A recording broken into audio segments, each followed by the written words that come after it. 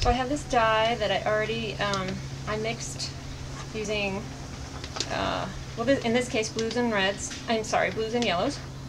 And what I do is I fold up the fabric.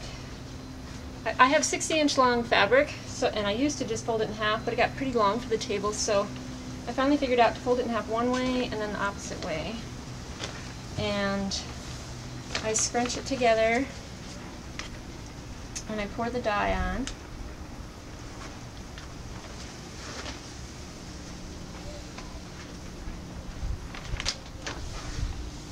And this is the fun part.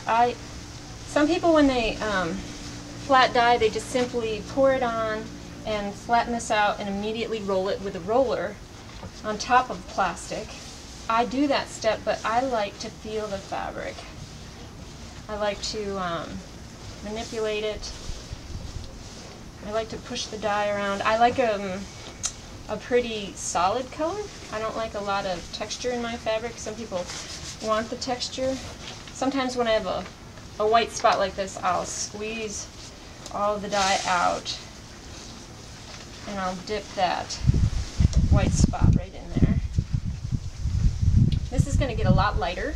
You have to realize two things are going to happen. The fabric is darker because it's wet, and once it dries, once it cooks out in the sun for about 4 hours, I'm going to rinse it. We'll lose some color there and then dry it. So this is going to get quite a bit lighter, and I'll share a picture on my website of what this particular piece turned out to be.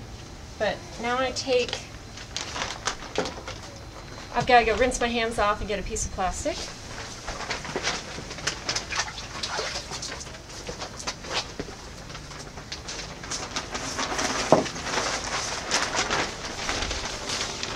This is just painter's drop cloth that I've cut into sections.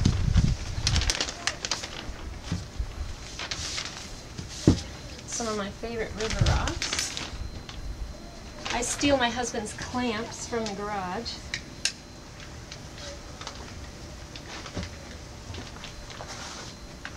I have a new table this year, so I needed a bit different kind of clamps.